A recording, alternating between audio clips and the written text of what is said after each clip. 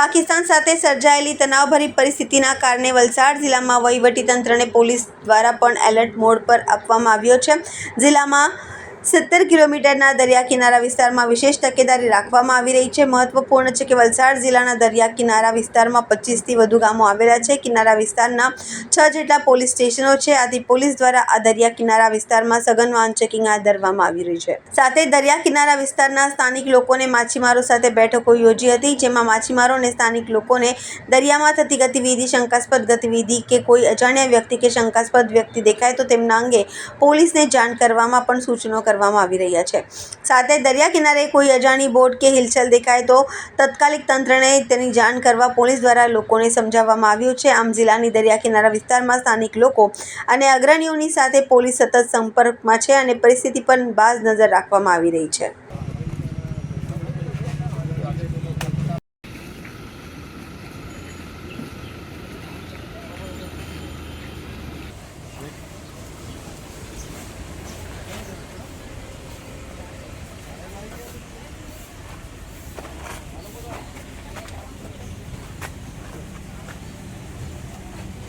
How was the experience in the Valsad? How was the experience?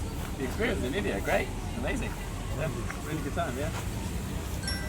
Thank you very much.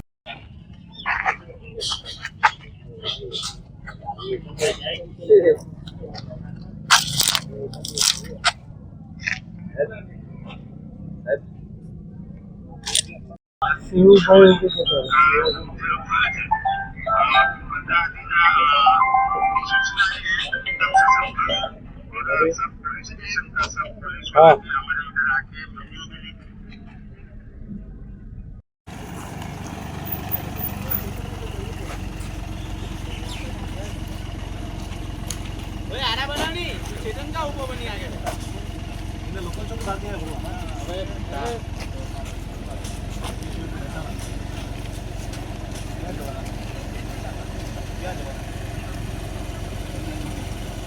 Valsad જિલ્લાના 6 જેટલા police સ્ટેશનમાં દરિયા કિનારો આવેલો છે। ખાસ કરીને નારગોલ મરીન પોલીસ સ્ટેશન છે।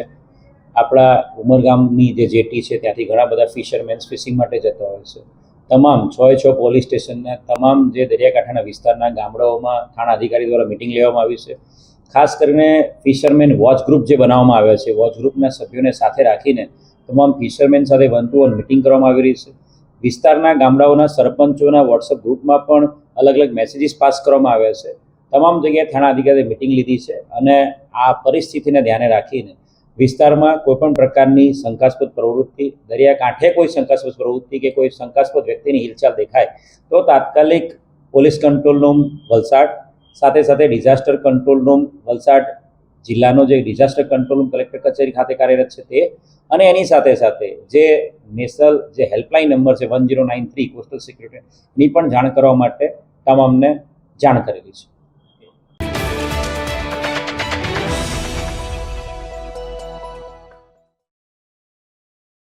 માનનીય નાણામંત્રી અને પ્રભારી મંત્રી સુરત શ્રી કનુભાઈ દેસાઈજીના અધ્યક્ષ સ્થાને સર્કિટ હાઉસ ખાતે યોજાયેલી મહાનગરપાલિકા અને જેટકોની સંકલન બેઠકમાં હાજરી આપી વીજ વિભાગને લાગતા જુદા જુદા મુદ્દાઓ પર વિગતવાર ચર્ચા કરવામાં આવી। ભારત પાકિસ્તાન વચ્ચે તણાવગ્રસ્ત સ્થિતિમાં વીજ પુરવઠાને લઈ કેવું અને કેટલું કામ જરૂરી છે એ અંગે મુદ્દાસર વિગતો પર ચર્ચા વિચારણા થઈ હતી।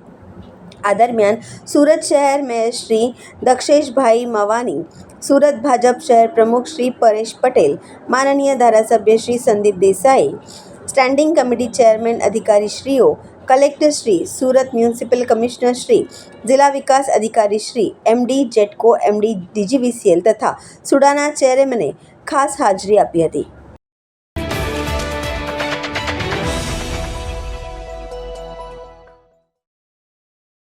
દક્ષિણ ભારતના લોકો માટે નારિયેળનું ઝાડ કલ્પવૃક્ષ તરીકે માનવામાં આવે છે। ઘરના આંગણે લગાવવામાં આવેલા નારિયેળના ઝાડ થકી પરિવાર પોતાનું ભરણપોષણ કરતા હોય છે, ત્યારે વલસાડ જિલ્લાના ઉમરગામ મહારાષ્ટ્રની બોર્ડર પર આવેલા ખેડૂતો માટે તાડનું ઝાડ કલ્પવૃક્ષ સાબિત થઈ રહ્યું છે, કારણ કે 1 પણ રૂપિયાના ખર્ચ વિના તાડનું ઝાડ આર્થિક ઉપાર્જનનું સાધન બની રહ્યું છે। જોઈએ આ અહેવાલ। વલસાડ જિલ્લાના ઉમરગામ અને મહારાષ્ટ્રની હદ પર આવેલા વિસ્તારમાં કેરી અને ચીકુનો મુખ્ય પાક લેવાય છે। જો કે છેલ્લા કેટલાક વર્ષોથી પરંપરાગત પાકો અને ફળફળાદીના પાકો પ્રતિકૂળ વાતાવરણ અને ગ્લોબલ વોર્મિંગના કારણે અવારનવાર વાતાવરણમાં થતા ફેરફાર અને વરસાદના કારણે ખેડૂતોને ભારે નુકસાનનો સામનો કરવો પડે છે. જોકે હવે આ વિસ્તારના ખેડૂતો આંતરપાક તરીકે તાડના ઝાડ લગાવી રહ્યા છે. તાડનું ઝાડ આ વિસ્તારના ખેડૂતો માટે ખૂબ જ ફાયદાકારક પુરવાર થઈ રહ્યું છે, કારણ કે તાડના ઝાડનું ફળ તાડગીલી આ વિસ્તારના ખેડૂતો માટે મોટું આર્થિક ઉપાર્જન ઊભું કરી આપે છે. મહત્વની વાત તો એ છે કે તાડના ઝાડ પાછળ ખેડૂતોને કોઈ પણ જાતનું પાણી આપવું પડતી નથી, ખાતર, દવા કે અન્ય માવજતનો પણ કોઈ ખર્ચ નથી. આમ તાડના ઝાડ પાછળ ખેડૂતોને એક પણ રૂપિયાનો ખર્ચ થતો નથી. મહત્વનું છે કે તાડના ઝાડમાંથી વર્ષમાં 2 વખત તાડગીલી નામના ફળ આવે છે. આઈસ એપલ એટલે કે તાડગીલી નામના ફળની ઉનાળાની મોસમમાં બજારમાં ખૂબ જ માંગ હોય છે. ઉનાળામાં અમૃત સમાન તાડગીલી નામના ફળના અનેક ફાયદા છે. સુરતથી લઈને પડોશી રાજ્ય મહારાષ્ટ્રના બજારોમાં વેચાણ માટે વેપારીઓ ખેડૂતો પાસેથી તાડગીલી નામના ફળ ખરીદીને લઈ જાય છે, જેથી ખેડૂતોને તેનાથી સારી આવક મળી રહી છે. સૌથી મોટી વાત તો એ છે કે તાડગીલી 100% ઓર્ગેનિક ફળ છે, આથી બજારમાં તેની ખૂબ જ માંગ રહે છે. ડાયાબિટીસના દર્દીઓ માટે તાડગીલી નામનું આ ફળ આશીર્વાદ સમાન બની ગયું છે. તો ઓર્ગેનિક ફાર્મિંગથી ઉત્પાદન કરાતું આ વિસ્તારનું આ ફળ સ્વાસ્થ્ય માટે ખૂબ જ લાભદાયી છે. વર્ષે તાડનું એક ઝાડ ખેડૂતોને 10 થી 12 હજારનો ફાયદો કરાવે છે. આથી જો એક પરિવાર માત્ર તાડના 5 ઝાડ લગાવે તો પણ પરિવારના આખા વર્ષનો ખાવાનો ખર્ચ નીકળી જાય છે. આમ એક પણ રૂપિયાના ખર્ચ વિના તાડનું ઝાડ ખેડૂતોને મોટી આવક રળી આપે છે. હાલે ઉનાળાની ચોમાસામાં એક પરિવારના રોજના 1000 થી 1500 રૂપિયા કમાઈ લે છે. તાડગીલી આ ઝાડને કોઈ પણ જાતના હવામાનના ફેરફાર નડતો નથી. આ ઝાડમાં રોગ પણ નથી લાગતો, આથી દવા કે ખાતરનો પણ છંટકાવ કરવો પડતો નથી. આમ તાડના ઝાડના પાછળ ખેડૂતોને એક પણ રૂપિયાનો ખર્ચ થતો નથી. માત્ર તાડના ઝાડ પરથી ફળ નીચે ઉતારવા માટે મજૂરીનો જ ખર્ચ થાય છે. એની સામે ખેડૂતોને 100% વળતર રળી આપે છે. આથી વર્તમાન સમયમાં જો ખેડૂતો આંતરપાક તરીકે તાડના ઝાડ રોપે તો તેના ફાયદા અનેક થઈ શકે છે અને માત્ર 5 ઝાડ જ ખેડૂત પરિવારને આત્મનિર્ભર બનાવી શકે છે. આને ખેતી એટલે આ ઝાડનો જ પહેલાં સ્ટાર્ટિંગમાં જે પાકટ થવામાં આવે અને તેની પછી લાગવડ કરવામાં આવે. એ ઝાડ 10 વર્ષનું જ્યાર થાય એને ફળ લાગવાનું ચાલુ થાય છે અને એને સિઝનમાં 2 વાર, વર્ષમાં 2 વાર આવે છે. એક ઠંડીની સિઝન, એક ગરમાસમાં, અને એના માટે સારો પાક આવે છે અને એની માર્કેટ પણ સારી છે. અત્યારે સેંકડાના 700-800 હજાર રૂપિયા સુધી જાય છે અને જે જાસ્તી પ્રમાણમાં થઈ જાય તો એ કમી 500 થી 600 રૂપિયાના સેંકડાના હિસાબે વેચવામાં આવે છે. આ આરોગ્યકારક કેટલું છે? એનો ફાયદો એટલો જ કે આ ઝાડમાંથી જે કંઈ ફળ આપણે સેવન કરે તો એ ડાયાબિટીસ જે કંઈ હશે એ લોકોના માટે સારામાં સારું છે. શરીરના અંદર પાણીની માત્રા કમી હોય તો પાણીની માત્રાને વધારી રાખે છે. વિટામિન સીની કમતરતા હશે તો વિટામિન સીની પણ એ આપે છે આપણને. તો એ ફળ ખાવાથી શરીરને કોઈ પણ જાતનો રોગ થતો નથી અને શરીર માટે સારું જ છે. તો તાડગીલીની માંગ ક્યાં વધારે છે અને કઈ રીતે ફેલાવ કરે? એની તાડગીલીની માંગ તો મુંબઈ, મહારાષ્ટ્રમાં અને ગુજરાતમાં વાપી, વલસાડ, સુરત સુધીમાં બહુ ઘણી વાપશે. એનાથી જાસ્તી વલસાડ અને વાપી એરિયામાં એની માગણી ઘણી છે અને એનો પુરવઠો કરવા માટે કે પ્રત્યેક ત્યાંના ખેડૂતો માટે સારું છે કે દરેકને ત્યાં 1-2 ઝાડ છે જ. એટલે ડેઈલી આ વલસાડ અને વાપી વિસ્તારમાં ને તો માંડ 30 થી 40 હજાર તાડગીલી જાતી હશે અને ત્યાંની એટલી વેચાણ રોજના થઈ જાય છે. કેરીના પાકમાં હંમેશા નુકસાન થતું હશે, ત્યારે જે બીજો પાક છે કઈ રીતે ફાયદાકારક? આ ઝાડનું એક ખાસિયત એટલું છે કે આને ઝાડને કોઈ પણ જાતનું કેમિકલ ફવારણી કરવામાં આવતી નથી, કોઈ પણ જાતનું ખાતર નાખવામાં આવતું નથી અને કોઈ પણ જાતનો રોગ એ ઝાડ પર આવતો નથી. કેમ તો એ ઝાડ કેરીમાં આપણે દવાની છિડકાવ કરે છે, ખાતર નાખે છે, એનાથી જમીન નાપીક થઈ ગયેલી છે અને એનાથી રોગ ફેલાયેલો છે અને એ ઝાડ પણ ખરાબ થતા ચાલ્યા છે. તો એવો કે આ તાડના ઝાડથી કોઈ પણ જાતની નુકસાની નહીં અને એ સારામાં સારું પાક આપે છે.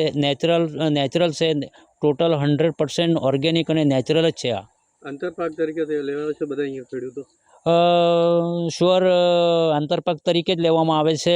ચીકુ આંબાના ઝાડના અંદર દરેક ખેડૂતોએ જો આ તાડના ઝાડ લાગવડ કરે તો એ એક વરદાનરૂપ થશે અને એ સારામાં સારું થશે. કોઈ જે ખેડૂતો પાસે ઘરના કોઈ 4-5 ઝાડ હશે તો એ સારામાં સારું જ છે. તો આપણે જે ચીકુની વાડીઓ હશે, આંબાની વાડીઓ હશે, એના અંદર આપણે દરેક ચીકુ ઝાડના અંદર આ તાડના ઝાડને આપણે લાગવડ કરવા જોઈએ. આ ભાજીપાલાની લાગવડ થઈ છે અહીંયા અને આંતરપીક તરીકે તાડના ઝાડની લાગવડ કરી છે. એનાથી સારું ઉત્પન્ન નાના ખેડૂતોને મળી રહ્યું છે. આ તાડના ફળને આઈસ એપલ કહેવામાં આવે, ગુજરાતીમાં એને તાડગીલી કેરી કહેવામાં આવે. ગરમીની સિઝનમાં કેટલી ફાયદાકારક? ગરમીની સિઝનમાં આને શરીરમાંની ગરમી ઓછી કરવા માટે સારું માધ્યમ છે આ, અને ડાયાબિટીસ માટે પણ સારું છે. અને શરીરમાં આયર્ન, કાર્બોહાઈડ્રેટ્સ અને વિટામિન સી રહેવાથી બોડી ડિહાઈડ્રેટ થઈ છે એનાથી. તાડગીલીના ખેતીથી ખેડૂતોને કેટલો ફાયદો થાય? તાડગીલીની ખેતીથી એમાં કશું કંઈ ખાતર કે રાસાયણિક ખાતર કે કોઈ પણ જાતનું ખાતર એવું ખર્ચો આવતો નથી. એની કારણે જે ઉત્પન્ન મળી રહ્યું છે એ ખેડૂતને પોતાના ઘર ખર્ચમાં વાપરવામાં આવે છે. તો ને તાડગીલીની ડિમાન્ડ કેવી બાજુ છે અને કેટલો ઇન્કમ થાય છે? તાડગીલીની ડિમાન્ડ તો મુંબઈથી લઈને સુરત સુધીમાં ડિમાન્ડ છે. કેટલો રેટ મળે છે એનો રેટ તો અત્યારે તો 500થી 600 રૂપિયા સુધી. હમણાં આવક વધારો રહેવાથી ભાવ થોડો ઓછો થયો છે, નહીં તો એમ તો 800 રૂપિયાને એમ ભાવે વેચાય છે. એક તાડગીલીના ઝાડમાંથી કેટલો ફાયદો છે અને કેટલા ફળ બેચે છે? એક તાડગીલીના ઝાડમાંથી વર્ષમાં 1000-1500નો તો પ્રોફિટ થાય છે. મારી 21 ગુંઠા જ જમીન છે. એમાં મેં શાકભાજી લગાડું, પણ શાકભાજીમાં કંઈ એટલો વધારે પ્રોફિટ થતો નહીં. તો મારા ખેતરમાં 35 તાડના ઝાડ છે. એ તાડના ઝાડના અમે પાડીએ ને એના ફળ વેચે, એને તાડગીલી કહેવાય. એ અમે 2 સિઝનમાં વેચે, ઠંડીથી ચાલુ થઈ તે ઉનાળા સુધી રહી. તો અમે એ તાડગીલીના માં પ્રોફિટ એટલું છે કે અમારો ઘર ખર્ચો ને છોકરા લોકોની સ્કૂલની ફીસ ભરી લેવાય. ને એ તાડના ઝાડ લગાડવાથી આપણને કહ્યું એ આપણાને પોતાના પૈસા નાખવાની પડે, ઇન્વેસ્ટ કંઈ નથી. ખાલી એકવાર લગાડ્યું ઝાડ ને એને ખાતર પાણી કંઈ આપવાની પડે, પોતે જ ઉગે ને એ વરસાદના પાણીના ઉપર જ એ ઉગી જાય ઝાડ. એટલે આપણને એમાં 1 રૂપિયાનો ખર્ચો નહીં કરવો પડે ને આપણને એ ખાલી ઇન્કમ જ આપે. એક તાડના ઝાડમાં કેટલી ઇન્કમ થાય? એક તાડના ઝાડ પર ઓછામાં ઓછું 1000 રૂપિયા મળે તો આપણને 35 તાડ રહી તો 35,000 તો આખા વર્ષના મળી જ જતા રહે. કેટલા ફળ આવે એક ઝાડ પર?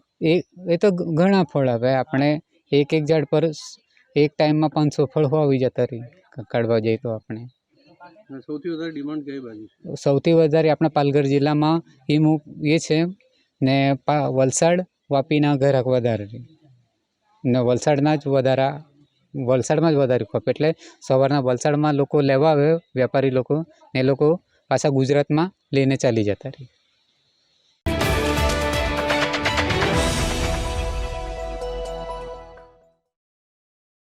વલસાડ જિલ્લાના વાતાવરણમાં આજે પણ પલટો દેખાયો હતો. સતત ચોથા દિવસે અનેક વિસ્તારોમાં વરસાદ વરસી રહ્યો છે. કપરાડાના સિલધા સહિત આસપાસના ગામોમાં વરસાદ વરસી રહ્યો છે. કેરીના પાકને નુકસાનની ભીતિ સેવાઈ રહી છે, જેના કારણે ખેડૂતોમાં ચિંતા વ્યાપી ગઈ છે.